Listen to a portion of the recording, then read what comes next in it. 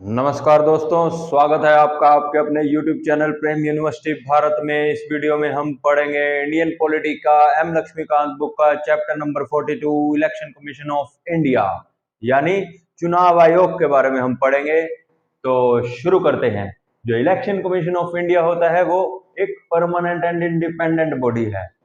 मतलब independent body है, मतलब वो डिपेंड नहीं है एग्जीक्यूटिव के प्रति या फिर लेजिस्लेचर के प्रति, पार्लियामेंट के प्रति। वो इंडिपेंडेंट है। उसको जितनी भी पावर मिली है वो किसी और बॉडी से नहीं मिली, पार्लियामेंट से नहीं मिली या पार्लियामेंट के किसी एक्ट के द्वारा पावर नहीं मिली हुई, बल्कि डायरेक्ट कॉन्स्टिट्यूशन के द्वारा पावर मिली है। कॉन्स्टिट्यूशन का आर्टिकल 324 डायरेक्ट पावर देता है इलेक्शन कमीशन को। तो क्योंकि कॉन्स्टिट्यूशन से डायरेक्ट पावर मिल रही है तो ये एक ओरिजिनल पावर मिल रही है इलेक्शन कमीशन को, इसलिए ये एक इंडिपेंडेंट बॉडी है। इसका जितना भी एक्सपेंडिचर्स होंगे वो किसी सेंट्रल गवर्नमेंट या स्टेट गवर्नमेंट के द्वारा नहीं दिए जाएंगे, बल्कि एक्सपेंडिचर भी स्टेट फंड से दिए जाएंगे, मतलब कंसोलिडेटेड फंड ऑफ इंडिया से दिए जाएंगे। तो ये एक इंडिपेंडेंट बॉडी है। देन ये एक परमानेंट बॉडी है, ये कोई एडहॉक बॉडी नहीं है। ये परमानेंट बॉडी है, इसको कोई हटा नहीं सकता, क्योंकि ये एक बेसिक स्ट्रक्चर है। ये डेमोक्रेटिक स्ट्रक्चर का बहुत बड़ा पार्ट है election commission of India, election कराना। तो इसका काम क्या होता है? To ensure free and fair elections. Free और निष्पक्ष रूप से चुनाव करवाने का कार्य इलेक्शन कमीशन का होता है। देन आर्टिकल 324 इसको डायरेक्ट पावर देता है इलेक्शन कमीशन ऑफ इंडिया को। तो क्या पावर देता है? Power of superintendence, direction and control of elections to parliament, state legislature, office of president of India and vice president of India. तो क्योंकि ये पार्लियामेंट के भी चुनाव करवाता है, यानी सेंट्रल गवर्नमेंट के भी चुनाव करवाता है, साथ में ये स्टेट लेजिस्लेचर के भी चुनाव करवाता है, यानी स्टेट गवर्नमेंट के चुनाव करवाता है। क्योंकि ये सेंट्रल गवर्नमेंट के भी और स्टेट गवर्नमेंट के भी चुनाव करवाता है, इसलिए ये ऑल इंडिया बॉडी है, मतलब कॉमन टू बोथ है। कॉमन टू बोथ यानी स्टेट गवर्नमेंट और सेंट्रल गवर्नमेंट दोनों के लिए एक कॉमन एक बॉडी है जो दोनों का चुनाव करवाती है, ऑल इंडिया बॉडी है। देन जो इलेक्शन कमीशन होता है, इलेक्शन कमीशन का पंचायत के चुनावों से या म्युनिसिपैलिटीज के चुनावों से यानी लोकल गवर्नमेंट के चुनावों से कोई लेना देना नहीं होता। Election commission has not concern with panchayat and municipalities. Local rural government और लोकल अर्बन गवर्नमेंट से कोई लेना देना नहीं होता इलेक्शन कमीशन ऑफ इंडिया का। इसके लिए कॉन्स्टिट्यूशन में अलग से 73rd and 74th constitutional amendment act 1992 के द्वारा अलग से सेपरेट स्टेट इलेक्शन कमीशन बनाया गया था, इंक्लूड किया गया था।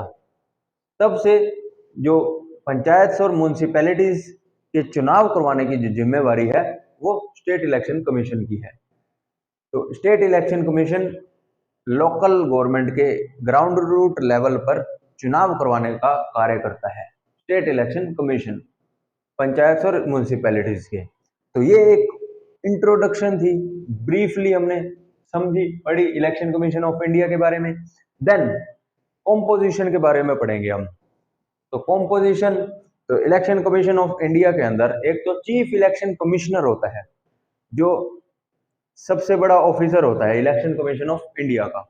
देन चीफ इलेक्शन कमिश्नर के साथ अलग अलग अदर इलेक्शन कमिश्नर्स भी होते हैं। तो कितने होते हैं ये डिसाइड करने का काम प्रेसिडेंट का होता है। प्रेसिडेंट हमें टाइम टू टाइम फिक्स करता है अदर इलेक्शन कमिश्नर्स की क्या नंबरिंग रहेगी। Chief election commissioner and other such number of election commissioner as fixed by president. President decide करेगा कि कितनी संख्या रखनी है। जिस तरह का वर्कलोड होगा, कम वर्कलोड होगा तो अबोलिश भी कर सकते हैं कुछ पोस्ट, और ज्यादा वर्कलोड होगा तो अदर इलेक्शन कमिश्नर की संख्या बढ़ाई भी जा सकती है। और अगर प्रेसिडेंट चाहे तो इसे सिंगल मेंबर बॉडी भी बना सकता है जिसके अंदर अदर इलेक्शन कमिश्नर कोई भी नहीं होगा, सिर्फ और सिर्फ चीफ इलेक्शन कमिश्नर होगा, सिंगल मेंबर होगा और वही इलेक्शन कमीशन होगा।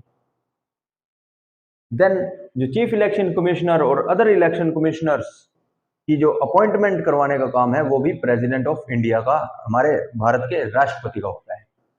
देन जब अदर इलेक्शन कमिश्नर को अपॉइंट किया जाता है तो ऐसे में जो चीफ इलेक्शन कमिश्नर होता है वो एक्ट करता है as a chairman of election commission. मतलब प्रेसिडेंट जब अपॉइंट करता है election commissioners, other election commissioners को, उस समय में जो चीफ इलेक्शन कमिश्नर होता है वो एक्ट करता है चेयरमैन के जैसे, इलेक्शन कमीशन के चेयरमैन का रोल अदा करता है। Then president also appoint regional commissioners after consultation with election commissioner of India. Election commission, तो जो प्रेसिडेंट है वो अपॉइंट करता है रीजनल कमिश्नर्स को, भी अपॉइंट करने का काम प्रेसिडेंट का होता है। और ये जो रीजनल कमिश्नर्स को अपॉइंट करना होता है वो डायरेक्ट प्रेसिडेंट नहीं करता, बल्कि वो कंसल्टेशन लेता है इलेक्शन कमीशन ऑफ इंडिया की, सभी कमिश्नर्स की, उनकी कंसल्टेशन लेने के बाद रीजनल कमिश्नर्स को अपॉइंट किया जाता है प्रेसिडेंट के द्वारा। देन जो कंडीशंस होती हैं, conditions of service and tenure of office of election commissioners and regional commissioners determined by president, यानी जो उनकी जितने भी सर्विस कंडीशन होती है, सैलरी, उनकी प्रिविलेजेस, उनकी पर्क्स, उनके अलाउंसेस, जितने भी होंगे वो डिसाइड करने का काम, डिटरमाइन करने का काम प्रेसिडेंट का होता है। टेन्योर जो टर्म होती है, टाइम पीरियड, कितने समय कार्यकाल उनको मिलेगा काम करने के लिए, अपनी उस पोस्ट पर रह सकते हैं, वो डिटरमाइन करने का काम भी प्रेसिडेंट का होता है। तो कंडीशंस ऑफ सर्विस और टेन्योर ऑफ ऑफिस दोनों को डिटरमाइन इलेक्शन कमिश्नर्स जितने भी हैं, chief election commissioners, other election commissioners और रीजनल कमिश्नर्स, सबकी सर्विस कंडीशंस और टेन्योर को सेट करने का, डिटरमाइन करने का जो काम है वो प्रेसिडेंट ऑफ इंडिया का है और भारत के राष्ट्रपति का है। देन जो फ्रॉम 1950 जब इलेक्शन कमीशन को की शुरुआत हुई थी तब से लेके 15 अक्टूबर 1989 तक जो इलेक्शन कमीशन था वो एक सिंगल मेंबर बॉडी रह करके काम कर रहा था। मतलब अदर इलेक्शन कमिश्नर्स नहीं होते थे, सिर्फ और सिर्फ single member chief election commissioner होता था। Then on 16 October 1989 president appointed 2 more election commissioners. 16 October 1989 के बाद से प्रेसिडेंट ने 2 अदर इलेक्शन कमिश्नर्स की पोस्ट को अपॉइंट किया, क्योंकि उस समय वर्कलोड बढ़ गया था। वर्कलोड इसलिए बढ़ गया था क्योंकि जो वोटिंग एज थी पहले 21 साल, उसको कम करके 18 साल का कर दिया गया था। तो इसलिए जो वर्कलोड बढ़ गया था, इसलिए 2 अलग अदर इलेक्शन कमिश्नर्स को भी अपॉइंट कर लिया गया। तब ये बन गई मल्टी मेंबर बॉडी, 3 सदस्यीय बॉडी बन गई। उसके बाद इन जनवरी 1990 जो ये 2 इलेक्शन कमिश्नर्स की पोस्ट जो थी उसको अबोलिस्ट कर दिया गया, हटा दिया गया प्रेसिडेंट ऑफ इंडिया के द्वारा। उसके बाद ये दोबारा से सिंगल मेंबर बॉडी बन गई।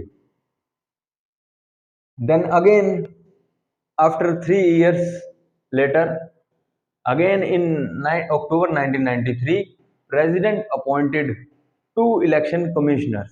दोबारा से 2 इलेक्शन कमिश्नर्स की पोस्ट को ले लिया गया और 2 इलेक्शन कमिश्नर्स को अपॉइंट कर लिया गया। उसके बाद दोबारा से मल्टी मेंबर बॉडी बन गई। तब से लेकर यानी अक्टूबर 1993 से लेकर अब तक, सिंस देन एंटिल टुडे, जो इलेक्शन कमीशन ऑफ इंडिया है वो एक मल्टी मेंबर बॉडी है। वो अब मल्टी मेंबर बॉडी है। एक तो चीफ इलेक्शन कमिश्नर है, then other two other election commissioners भी हैं। 3 मेंबर बॉडी है, मल्टी मेंबर बॉडी। तो जो 3 इलेक्शन कमिश्नर्स हैं इनकी जो पावर है वो बराबर है, इक्वल है। Have equal power, receive equal salary, allowances and other perquisites similar to जज ऑफ सुप्रीम कोर्ट।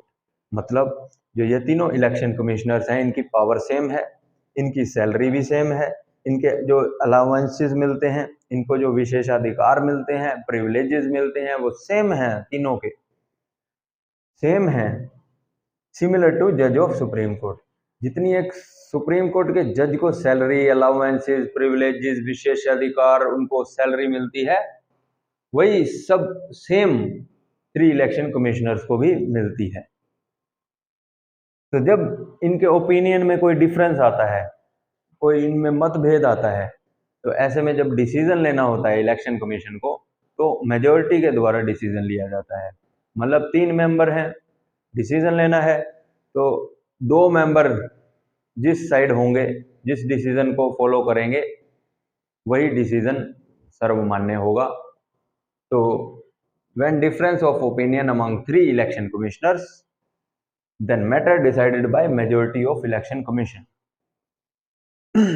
तो जो इनका टाइम पीरियड है, जो ऑफिस कार्यकाल है, ऑफिस टर्म, वो 6 साल है। मतलब जो मेंबर का जो मैक्सिमम टाइम पीरियड होता है कार्यकाल, वो 6 साल है।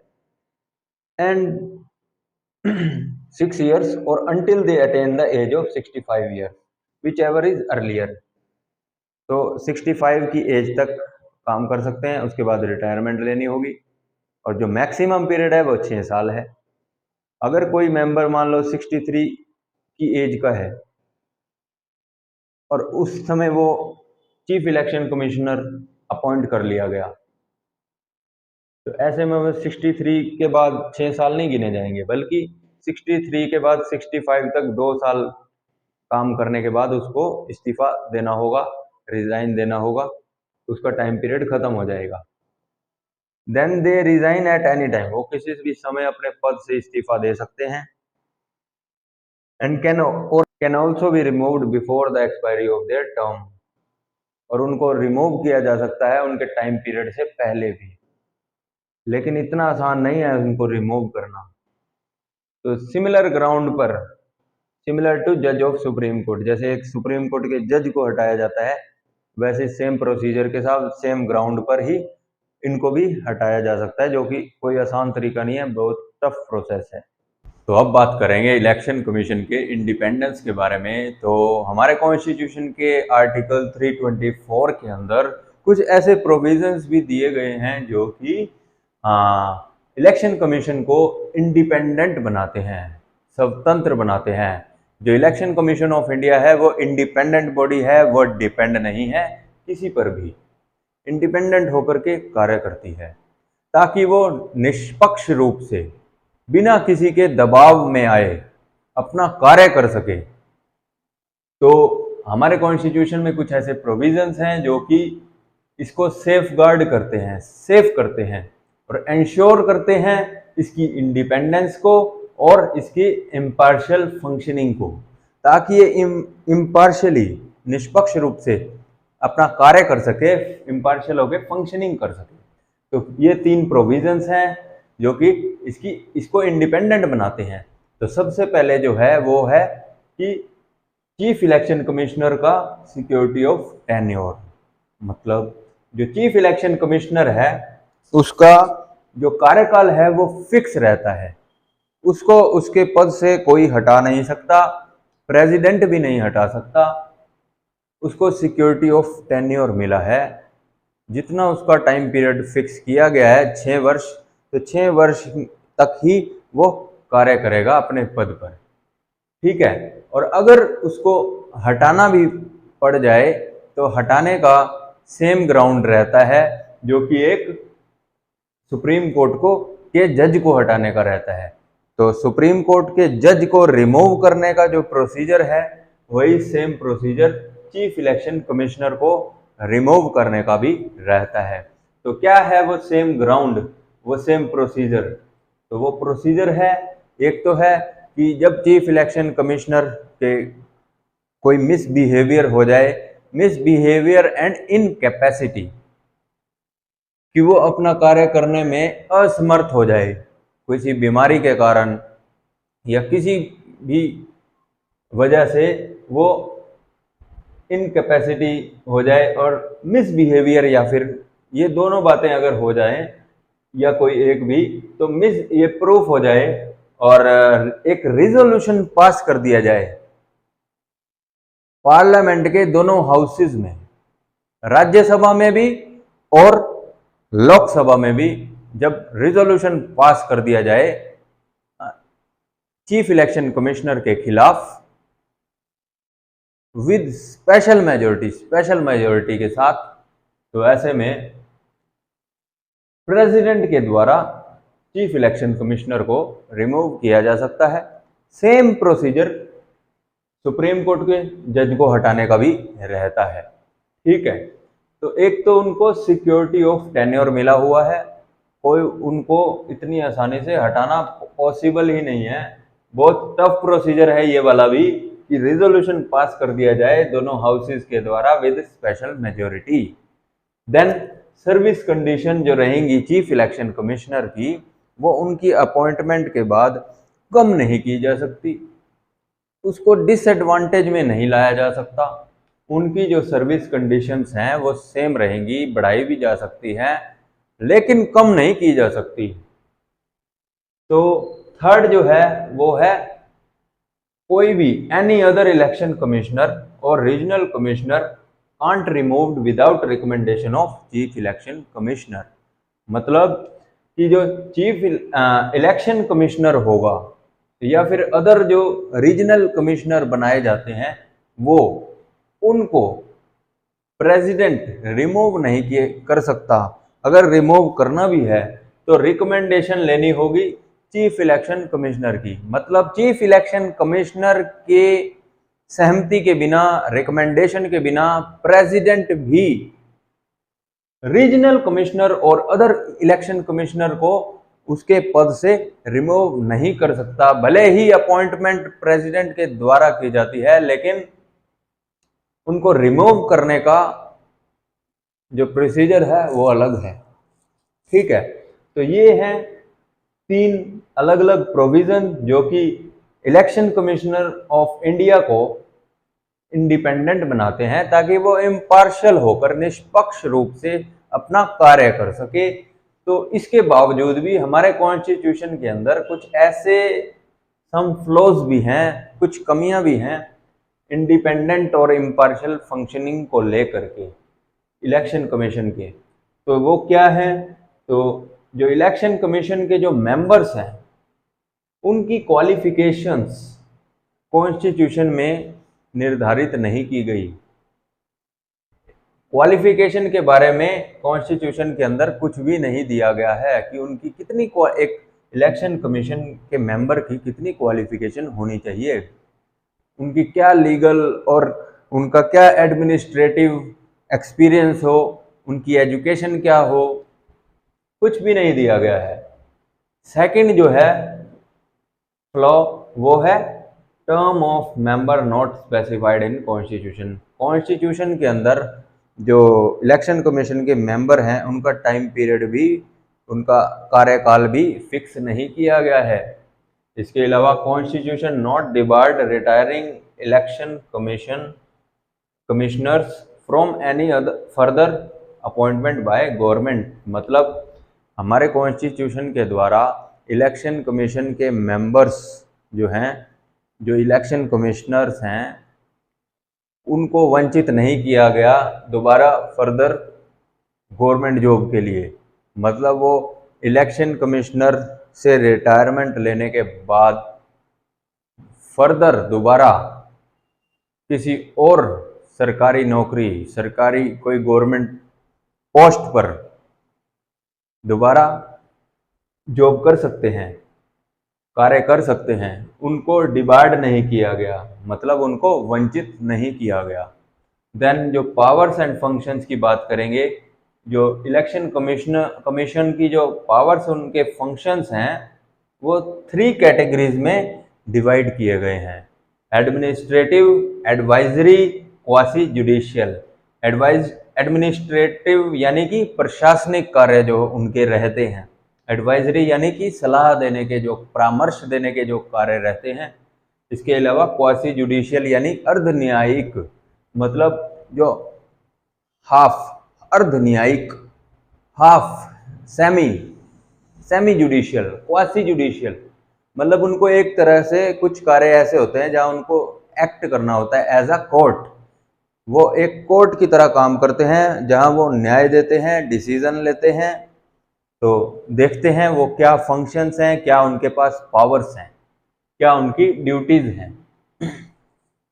फर्स्ट जो है वो है prepare and revise electoral rolls and register all eligible voters. जितने भी नए 18 साल से ऊपर के जो भी हैं उनको वो एलिजिबल वोटर्स हो जाते हैं। तो ऐसे एलिजिबल वोटर्स को रजिस्टर्ड करना और जो इलेक्टोरल रोल है जो उनको रिवाइज करना समय समय पर, जिनकी डेथ हो चुकी है उनको इलेक्टोरल रोल से आउट करना और जो नए न्यू एलिजिबल वोटर्स हैं उनको इलेक्टोरल रोल में ऐड करना, मतलब पीरियोडिकली समय समय पर रिवाइज करना इलेक्टोरल रोल्स को और प्रिपेयर करना। ठीक है, एक तो ये फंक्शन है, ये एडमिनिस्ट्रेटिव नेचर का फंक्शन है।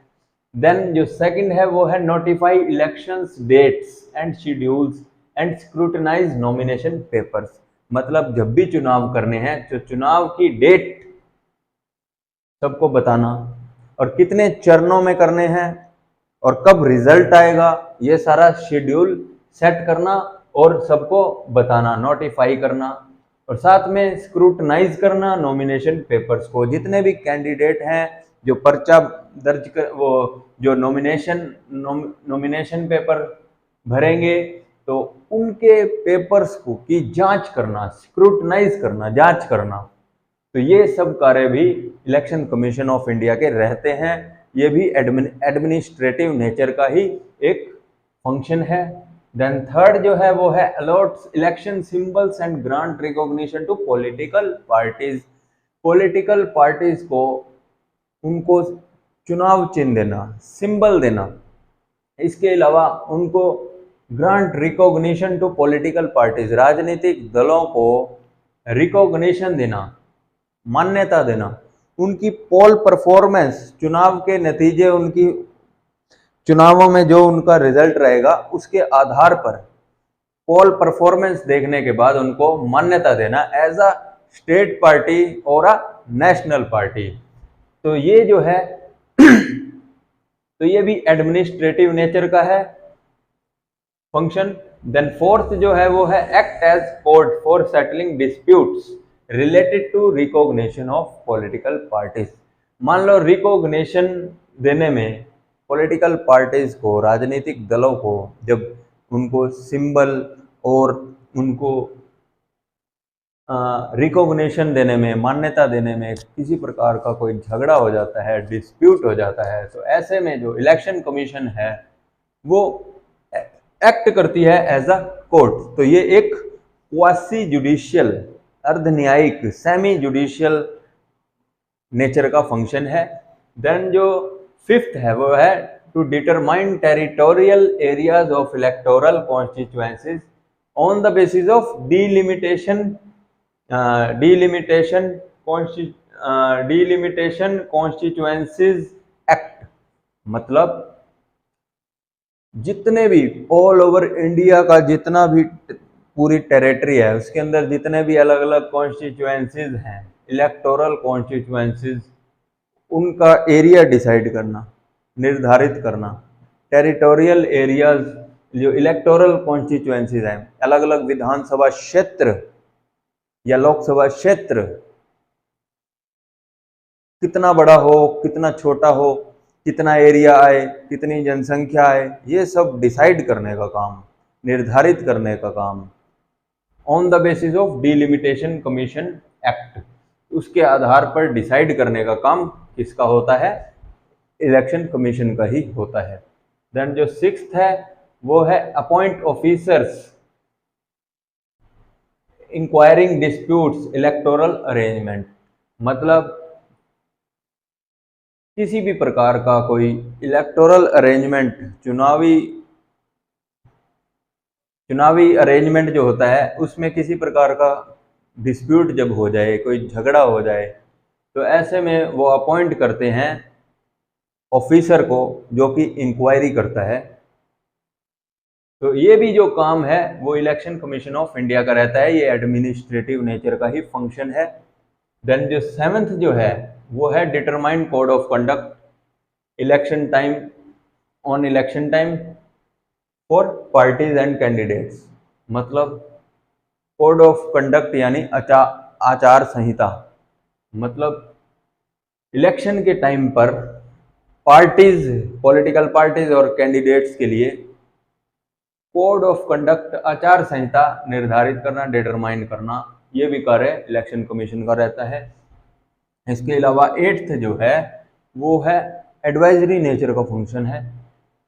वो एडवाइस करते हैं प्रेसिडेंट को, जब वो देखते हैं कि कोई एमपी अब एलिजिबल नहीं रहा, इनएलिजिबल है, तो ऐसे में वो प्रेसिडेंट को परामर्श करते हैं, एडवाइस देते हैं कि एमपी को डिस्क्वालीफाई कर दिया जाए। डिस्क्वालिफिकेशन मैटर कोई भी होगा तो ऐसे में प्रेसिडेंट को एडवाइस करने का काम इलेक्शन कमीशन का रहता है। देन एमएलए को अगर डिस्क्वालीफाई करना है, एमएलए से रिलेटेड कोई डिस्क्वालिफिकेशन मैटर है, तो ऐसे में election commission of India advice करता है गवर्नर को। तो ये जो दोनों फंक्शंस हैं ये भी किसके हैं? इलेक्शन कमीशन के हैं। देन जो 10th जो फंक्शन रहता है वो है पोल को कैंसिल करना। मतलब किसी प्रकार की इलेक्शन के समय में बूथ कैप्चरिंग हो जाए, हिंसा हो जाए, वायलेंस हो जाए या रिगिंग हो जाए, किसी प्रकार का कोई छल कर दिया, हेरा फेरी कर दी, तो या फिर कोई भी अदर इरेगुलरिटी आ जाती हैं, तो ऐसे में चुनाव रद्द करना या फिर किसी पोलिंग बूथ को के चुनाव को दोबारा कराने का कार्य इलेक्शन कमीशन का होता है। तो यहाँ डिसाइड कौन करता है? इलेक्शन कमीशन डिसाइड करता है। तो ऐसे में वो पोल को कैंसिल कर देता है, इलेक्शन को कैंसिल भी कर सकता है। तो ये जो फंक्शन है ये क्वासी जुडिशियल लेवल का, क्वासी जुडिशियल नेचर का फंक्शन है। 11th जो है वो है to request president and governor for staff to conducting elections. मतलब चुनाव करवाने के लिए, इलेक्शंस करवाने के लिए स्टाफ की ज़रूरत होती है ताकि सही से मैनेजमेंट देखी जा सके, सारे इलेक्टोरल अरेंजमेंट देखे जा सकें। तो जब इलेक्शन कमीशन ऑफ इंडिया को स्टाफ की ज़रूरत पड़ती है इलेक्शन को कंडक्ट करवाने के लिए, तो वो रिक्वेस्ट करते हैं प्रेसिडेंट को और गवर्नर को। अगर स्टेट लेवल के इलेक्शंस हैं तो गवर्नर से रिक्वेस्ट करेंगे कि स्टेट में चुनाव करवाने हैं तो स्टाफ प्रोवाइड करवाओ। और मान लो जनरल इलेक्शन हैं पार्लियामेंट लेवल के, तो प्रेसिडेंट से रिक्वेस्ट की जाती है कि ऑल इंडिया लेवल पर स्टाफ प्रोवाइड करवाओ। तो ये भी इलेक्शन कमीशन ऑफ इंडिया का ही फंक्शन है। तो 12th जो है वो है prepare a roster for publicity of policies of political parties on radio and TV in elections days. मतलब इलेक्शन डेज में, चुनाव के दिनों में सभी पॉलिटिकल पार्टीज, राजनीतिक दल अपनी अपनी पॉलिसीज बनाती हैं, अपना अपना एजेंडा बनाती हैं। तो उसकी पब्लिसिटी के लिए रेडियो एंड टीवी पर उसका अरेंजमेंट करना, उनके कार्यक्रमों का एक अलग से प्रोग्राम सेट करना, ये काम भी इलेक्शन कमीशन ऑफ इंडिया का होता है। सबको मौका दिया जाता है, हर राजनीतिक दल को, ताकि वो अपनी पॉलिटिकल पार्टीज की पॉलिसीज को पब्लिक में ला सकें, उसकी पब्लिसिटी कर सकें। इसके लिए रेडियो एंड टीवी, टेलीविज़न पर अलग से प्रोग्राम सेट करने का काम भी इलेक्शन कमीशन ऑफ इंडिया का होता है। 13th जो है वो है to supervise the machinery of elections to free and fair elections. Free and fair elections करवाने के लिए, साफ सुथरे स्वतंत्र रूप से, निष्पक्ष रूप से चुनाव करवाने के लिए इलेक्शन मशीनरी को सुपरवाइज करने का काम किसका होता है? इलेक्शन कमीशन ऑफ इंडिया का होता है। 14th जो है वो है advise president whether elections can be held in a state under president rule after 1 year। मतलब किसी स्टेट में मान लो अगर प्रेसिडेंट रूल लग जाता है, राष्ट्रपति शासन लग जाता है, और ऐसे में उस राष्ट्रपति शासन को उस स्टेट के अंदर लगे हुए 1 साल हो जाता है, तो 1 साल के बाद राष्ट्रपति शासन लगने के पूरे 1 साल के बाद इलेक्शन कमीशन वहाँ की स्थिति को देखता है, उस राज्य की, कि वहाँ कैसी स्थिति है।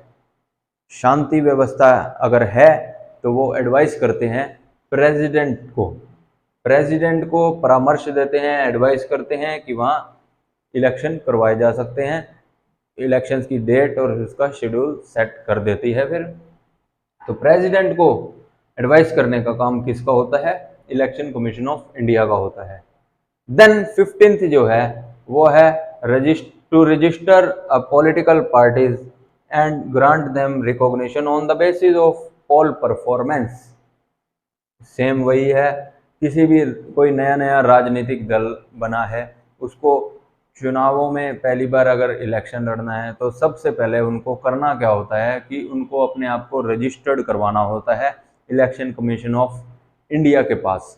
तो election commission of India registered करता है किसी भी पार्टी को as a political party, to registered political parties and grant them recognition. फिर वो उनको मान्यता देता है उनके चुनावी नतीजों के आधार पर, उनकी पोल परफॉर्मेंस देखने के बाद उनको नेशनल पार्टी और स्टेट पार्टी के रूप में रिकॉग्नाइज कर दिया जाता है। तो जो to register political parties and grant them recognition on the basis of poll performance, ठीक है। देन ये इलेक्शन कमीशन का स्ट्रक्चर है, ये इलेक्शन कमीशन है। इलेक्शन कमीशन के अंदर चीफ इलेक्शन कमिश्नर होता है और 2 अदर इलेक्शन कमिश्नर होते हैं। तो इस समय इलेक्शन कमीशन जो है वो मल्टी मेंबर बॉडी है, जिसके अंदर 2 इलेक्शन कमिश्नर हैं और 1 चीफ इलेक्शन कमिश्नर है। तो ये 3 मेंबर बॉडी जो है ये इलेक्शन कमीशन ऑफ इंडिया है। Then election commission of India की हेल्प करने के लिए डिप्टी इलेक्शन कमिश्नर होता है। देन जो डिप्टी इलेक्शन कमिश्नर होता है उसकी हेल्प सेक्रेटरीट करता है। सेक्रेटरीट एक प्रकार का ऑफिस होता है जिसके अंदर अलग अलग secretaries, deputy secretaries, other secretaries and under secretaries जो होते हैं वो बैठते हैं, काम करते हैं, जो हेल्प करते हैं डिप्टी इलेक्शन कमिश्नर को। Then deputy election commissioner help करता है इलेक्शन कमीशन ऑफ इंडिया को।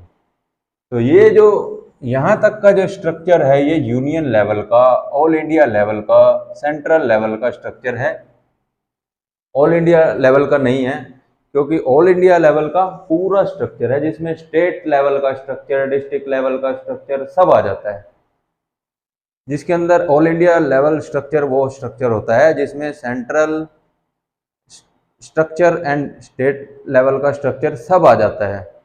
लेकिन यहाँ तक का जो स्ट्रक्चर है ये सेंट्रल लेवल का स्ट्रक्चर है, यूनियन लेवल का स्ट्रक्चर है। देन बात करें स्टेट लेवल की, तो स्टेट लेवल पर चीफ इलेक्टोरल ऑफिसर होता है। चीफ इलेक्टोरल ऑफिसर को अपॉइंट करने का काम चीफ इलेक्शन कमिश्नर का होता है।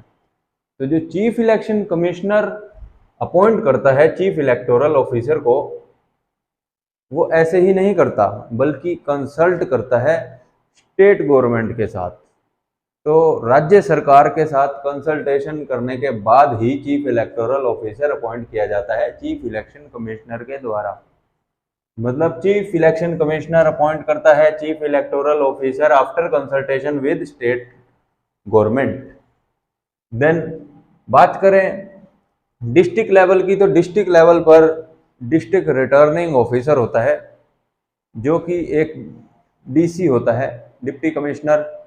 किसी स्टेट में डीएम भी बोलते हैं, डिप्टी मैजिस्ट्रेट, और कहीं कहीं कलेक्टर भी बोलते हैं। तो जो डीसी होता है वो डिस्ट्रिक्ट लेवल पर डिस्ट्रिक्ट रिटर्निंग ऑफिसर होता है। देन जो डिस्ट्रिक्ट रिटर्निंग ऑफिसर का काम अपनी डिस्ट्रिक्ट में पूरी इलेक्शन मशीनरी को हैंडल करना होता है। तो जो डिस्ट्रिक्ट रिटर्निंग ऑफिसर होता है वो अपॉइंट करता है एवरी कॉन्स्टिट्यूएंसी के अंदर रिटर्निंग ऑफिसर, यानी एवरी कॉन्स्टिट्यूएंसी यानी ये जो विधानसभा लोकसभा क्षेत्र आते हैं, चाहे वो एक हो, दो, तीन हो, जो एक डिस्ट्रिक्ट के अंदर जितनी भी कॉन्स्टिट्यूएंसीज हैं वहाँ रिटर्निंग ऑफिसर को अपॉइंट करने का काम डिस्ट्रिक्ट रिटर्निंग ऑफिसर को होता है। तो एवरी कॉन्स्टिट्यूएंसी पे रिटर्निंग ऑफिसर होते हैं। देन उससे नीचे एवरी पोलिंग बूथ, जहां हम वोट डालने जाते हैं, हर पोलिंग बूथ पर प्रिसाइडिंग ऑफिसर भी होता है। तो ये जो स्ट्रक्चर है ये इलेक्शन कमीशन ऑफ इंडिया का ऑल इंडिया लेवल स्ट्रक्चर है, पूरी इलेक्शन मशीनरी है। देन बात करें इलेक्शन कमीशन ऑफ इंडिया की मशीनरी की, विजन की, तो जो विजन है इलेक्शन कमीशन ऑफ इंडिया का वो है vision. The election commission of India strives to be an institution of excellence by enhancing active engagement, participation and deepening and strengthening electoral democracy in India and globally। तो ये vision है election commission of India का। Then बात करें election commission of India के mission की, तो वो है the election commission of India maintain independence, integrity and autonomy, ensures accessibility, inclusiveness and ethical participation of stakeholders, and adopts highest standards of professionalism for delivering free, fair and transparent elections to strengthen the trust in electoral democracy and governance। Electoral governance, तो ये हो गया mission election commission of India का, ये हो गया vision. तो अब बात करेंगे इलेक्शन कमीशन ऑफ इंडिया के जो गाइडिंग प्रिंसिपल्स हैं, जो इलेक्शन कमीशन ऑफ इंडिया ने अपने लिए अपनाए हुए हैं। Election commission has laid down some guiding principles for itself for good governance. तो वो गाइडिंग प्रिंसिपल्स क्या हैं? फर्स्ट है टेक्नोलॉजी को अडॉप्ट करना। इलेक्टोरल इलेक्शंस करवाने के लिए जो पूरा का पूरा इलेक्टोरल प्रोसेस है उसको प्रोफेशनली और इलेक्शन फ्री एंड फेयर होकर के चुनाव करवाने के लिए सही तरीके से परफेक्ट एक्सीलेंसी के साथ, तो टेक्नोलॉजी के लिए जोर दिया गया है कि election commission of India adopt करे टेक्नोलॉजी को। देन वो डेवलप करे ह्यूमन रिसोर्सेज को। देन क्वालिटी इंफ्रास्ट्रक्चर को भी बिल्ड करे। देन इनोवेटिव प्रैक्टिसेस को अपनाए, अडॉप्ट करे innovative practices. Reinforcement of democratic values, जो लोकतांत्रिक जो सिद्धांत हैं उनको अपनाए। Then ensures participation of eligible voters और सिटीजन्स, ज़्यादा से ज़्यादा लोग इलेक्शन प्रोसेस में भाग लें, इलेक्शंस में भाग लें, वोट डालने जाएं और चुनाव के लिए खड़े भी हो सकते हैं।